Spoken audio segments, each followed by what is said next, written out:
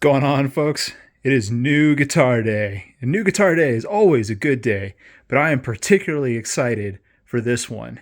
We're going to go through an unboxing, and then we'll go through the rest of the standard steps. We'll go in snap stages because I know watching every tiny little bit of an unboxing is annoying. So here we go. 3, 2, 1. Okay, next phase. It is the case within the box. Surprise! We're going to open up the case. And I'm predicting this is going to be like previous times where it's got that cellophane wrap and some rubber bands on it. So once we have the case open, we'll do another snap. But for now, with the help of my feline assistants,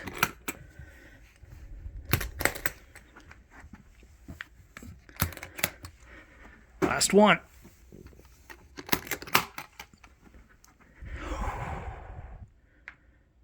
I get excited.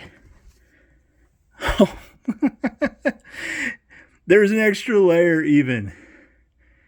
What is this, like satin suede? Satin, suede, silk? All right, we're getting down into the juicy stuff. Let me get the cellophane off of here and we'll do a return. 3, 2, 1. Man, that cellophane sucks to get off of there. But now that we have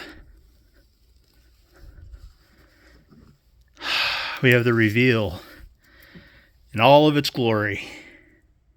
So, as the thumbnail suggests, I kind of pulled the veil over your eyes. Is this a Gibson? Is this an Epiphone? What Silverburst is this?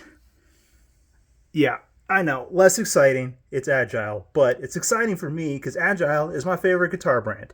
I love these guitars, and I feel like I'm right to do so. Look at this beauty. Just gorgeous.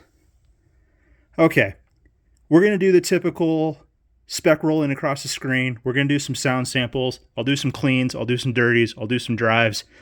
And then we'll just marvel at this thing. Give me a minute. 3, 2.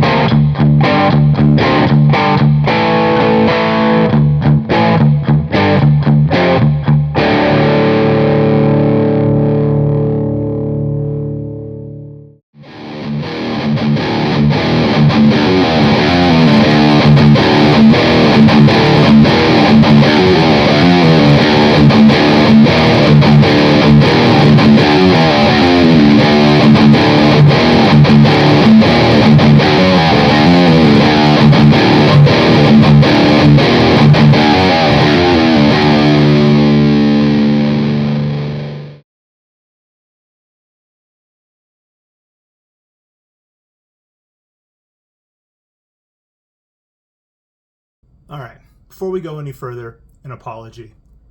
I'm sorry for that horrible, horrible camera work. In the future, I'll probably invest in some sort of gyro mount so that I can get those pan shots without looking like I'm on an airplane in turbulence. Now that we got that out of the way, let's talk about the pros. First pro is going to be price. I picked this up new from Rondo Music for $599.99. Compared to other guitars on the market with similar spec, that is awesome. I did pay extra to get the case. It's like an extra $140 out of my pocket, but that doesn't change the fact that this guitar competes with other guitars on the market. Next pro is going to be the neck. For me, the neck is a make or break feature. It decides whether or not I keep an instrument or sell it regardless of how long I've had it. This neck I absolutely love. The compound radius fretboard, the hand-filed frets, the ebony fretboard, the block inlays, I love it. The only complaint I would have is the finish being gloss. You know, I prefer satin over gloss. It tends to help playability and speed up and down the neck, but this time it didn't really bother me. It didn't really affect anything that I was trying to do with it, so I'm going to keep it in the pro category. The next pro is going to be the ergonomics and profile of this instrument. When I got this, I wasn't exactly sure what the profile was going to be. I wasn't sure if it was going to be thicker like my Wolf AIO or if it was going to be more similar to my Harley Benton single cut. Turns out it's more like my Harley Benton single cut. It's actually got a pretty narrow profile, and I really like that. The final pro is going to be the overall look of this instrument. I think it's absolutely gorgeous. I know that for a lot of guitar players, they either love or they hate the Silverburst. I love the Silverburst. I think it's classy. I think it looks awesome. I love the chrome hardware. I love the black offsets. I love the bindings, the inlays, the headstock, which you can't see in frame, but I love the headstock. Everything about this instrument is just striking to me. So for the overall look, definitely a pro. All right, now for the cons. First con is going to be the pickups. Some people really dig those twangy higher end sounds where, you know, the higher end is more accentuated and the bottom end isn't necessarily dropped out, but it's definitely less prevalent. I feel like you get that with the coil tap, and it's not for me. I also noticed that these pickups are lower output. It's not that surprising given that these are passive Alnico 5s. You would kind of expect a lower output from these, but that combined with the twanginess and the coil tap, it's just not for me. I don't really like those sounds. Because they were lower output, I had to really put this in front of an amplifier that had a lot of gain on tap and had a built-in overdrive. That's why I selected my Hughes & Kettner Black Spirit 200. That thing has got a ton of built-in gain and the built-in overdrive if I decided to use it. I don't think I used it for this recording, but it was there if I needed it. I noticed that if I put this guitar in front of some of my other amplifiers, I really had to push the gain on them, and I definitely had to use a drive pedal to get tones out of it that I thought were acceptable. So for me, these pickups were a bit of a con. I will say that the coil tapping is a cool feature. It just doesn't include any range of sound that I'm interested in.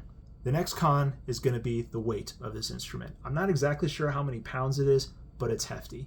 I've said it before, I personally prefer a heftier, heavier instrument. The limit being my Agile 8-string back there, which is an absolute monster, but I do prefer a heavier guitar. That said, I know that a lot of players, the average player even, and especially those that play on stage, prefer lighter instruments so they're not getting a full body workout just trying to get through their set. Well, that'll do it for today. Thank you guys for joining me. I hope you have a great rest of your day. Take care of yourselves, find a smile, and I'll see you for the next one. Later.